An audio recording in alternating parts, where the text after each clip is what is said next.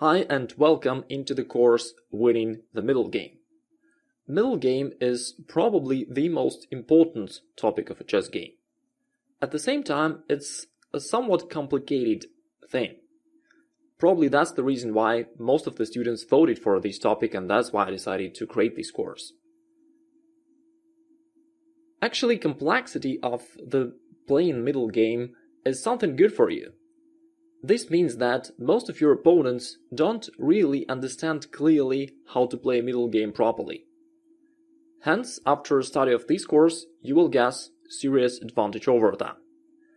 My name is Igor Smirnov, I'm international grandmaster and a chess coach from the Remote Chess Academy, and it's my pleasure to be your host today. The first lesson is called the single most important middle game rule. At the end of this lesson, you will learn the single rule which will help you win lots of games. But before we move on to the rule itself and to the more advanced topics, let's start from some of the basic ideas that you also need to understand.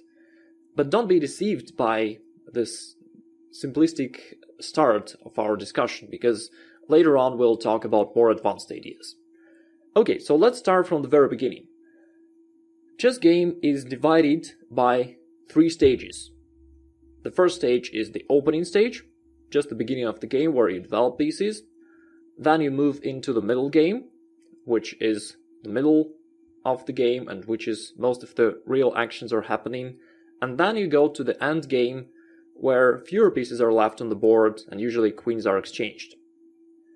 Now, from these 3 stages of the game, how do you think which ones are more important? Well, obviously, opening and middle game stages are more important than the end game, because if you don't play well at the beginning of the game, you will lose right there and you will not have a chance to demonstrate your excellent end game skills. Also, just based on my observations, I can tell you that in the games of beginner and intermediate level players, most of the games are actually decided right in the opening and middle game stages. So, let's focus on these 2 phases of the game and talk about them in little more details. If we talk about an opening stage, then things are somewhat easier here. First of all, there are lots of opening tutorials where you can just learn exactly which moves to play in the openings that you have chosen, and you can just follow them. While in the middle game, things are much more complex, because there are numerous tutorials about various aspects of a chess game, but there is no single guide that will tell you clearly what you should do. Instead, you've been taught hundreds of different ideas that you may have a hard time applying in a practical game. Okay, let's go to the chessboard and analyze it more specifically. Let's start from the very beginning. You just start to play a chess game. What should you do now? Well, as we said earlier, first of all, probably you already know some theoretical moves in your opening. There are many opening tutorials, you can learn them and just follow their recommendations. At the same time, even if you don't know the opening theory, you can play opening stage relatively easily. It's pretty obvious what to do in this stage of the game. You just need to develop your pieces. In the original position of a chess game, you have all your pieces standing on the first rank, and your task in the opening is to develop them, to advance them forward. Usually you develop your pieces within your half of the board, that's why this territory is highlighted. Therefore, even if you don't know the opening theory, you can still play the opening moves relatively easily just by advancing your pieces forward, usually within your half of the board. That's why I'm saying that opening stage is actually the easiest one. And usually people don't have big problems here. So once you developed your pieces, you will get a position of the middle game, and it will look something like this. Here's a typical middle game position. Of course, there could be any other middle game construction, but in general it will be always the same. Both players have developed their pieces. Now it's time for White to compose a middle game plan. How do you think? What can it be? What should White do now? this is actually the moment where most of the players have troubles. And it's not that you don't know what to do at all. This is rather that you know too many different ideas about a chess game. Like in this position, for example, there are plenty of things that white can do. White can move one of his rooks to central lines, to C line or D line, maybe to E line. White can exchange pawns in the center, or maybe advance it. White can make an escape square for his king, start maneuvering with his pieces somehow. Actually, if you look at the white's position, almost any piece can make a move. And that's why you have plenty of the options to choose from. And that's why people have a hard time here. But don't worry, in this course we'll talk exactly about these type of situations, what to do in the middle game, and you will know exactly what to do in different situations. We will study typical pawn structures, and you will have clear guideline for most of the situations that you will ever face. And we'll start from that single guiding idea that is applicable for almost any middle game position. So, there is a single question that you need to ask yourself to find proper middle game moves. This question is, what can I attack on opponent's territory? Again, this single question will help you in many of the positions and will help you win a lot of games. If you studied all of my previous courses carefully, perhaps you may have seen this idea before, but I just would like to emphasize it even more because it's so important and so underestimated. Instead of focusing your attention on your pieces, what they can do, you focus your attention on opponent's half of the board. Let's apply this rule for the current position. Please think about this. What can white attack on black's territory? You need to focus your attention on black's half of the board and think how can white advance his pieces there and attack something.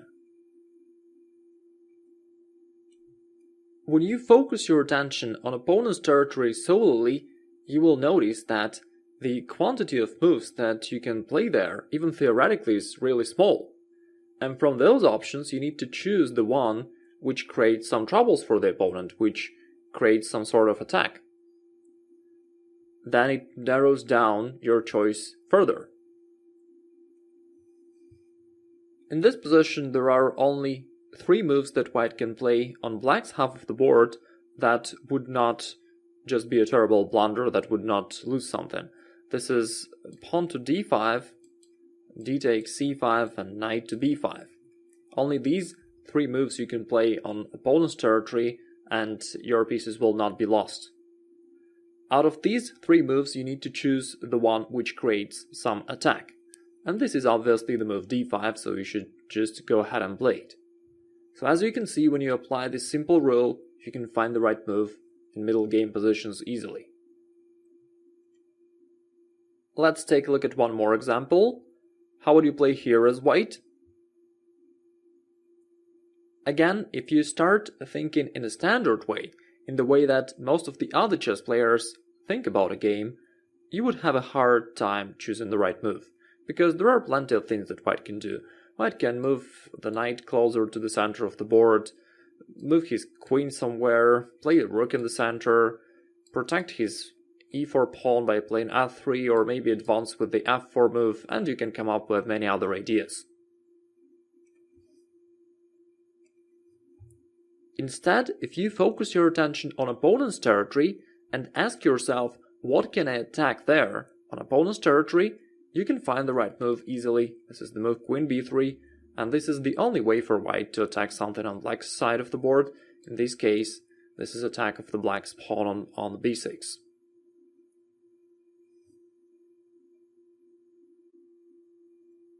Here's another example. As you can see, the position is totally different, but in general, you may notice the similarity. White has finished his opening tasks, he developed all his pieces, now he started to go into the middle game and he needs to decide what to do. What do you think about this? You need to ask yourself the right question. What can I attack on black's territory? Think, how can you play on black's territory? then you will see that the choice is not really that huge. White played e5 in the game. This move sacrifices a pawn, that's true, but it gives white a very strong attack. In the game, black captured with the pawn. If black would capture with the bishop, white would recapture with the knight, and that would be something very similar to what happened in the game. So let's just see the actual game continuation. Black took with the pawn, and here white has another attacking move on black's half of the board, which is the move d6, with a discovered attack on black's rook. And that's why black cannot just take the pawn on d6, he has to protect the rook, otherwise he will lose it. So he played queen to a7. At this position, of course, white has the move d7 check, which is also very powerful. In the game, white played knight takes e5 move, which just clears the situation in the center and helps white to continue the attack. Once again, take note that all of the moves that white play are attacking moves on black's half of the board. Once the knight was captured, white replied with rook to e1, pinning the bishop and hoping to get it back on the next move, while at the same time attacking black's king. Black played f6, and here white actually checkmated black in two moves. Can you find the solution? It's rook takes e5, and then the most forward move, queen to f8, checkmate. Now let's draw the conclusion. When you just start playing a chess game, you have your pieces, your army, standing on the first rank. You need to develop this army, to bring it into action, to advance it forward. Usually you develop it within your territory because this is safe. In this case, your opponent cannot damage your army, cannot capture something. In order to develop your pieces, you will also need to move a couple of the pawns, because only the knights can jump across the pawns. All the other pieces need some support from pawns, so you need to move a pawn in order to enable piece development. That's why you will advance your pieces forward and also make a couple of pawn moves forward. And this way you will finalize the opening stage. Once you did this, you will reach a middle game position. There could be various kinds of middle game positions, but in general the way of playing will always be the same. So once the opening is finished, you start playing middle game. What should you do next? Simple, you need to cross the border. By saying the border, I mean the imaginary line in the center of the board, because usually in the opening both armies are standing within their half of the board. So in the middle game, your task is to cross the border, to go forward onto opponent's half of the board and attack something there. So you need to focus your attention on opponent's half of the board and ask yourself, what can I attack there? How can I advance my pieces or pawns to opponent's half of the board and make a threat?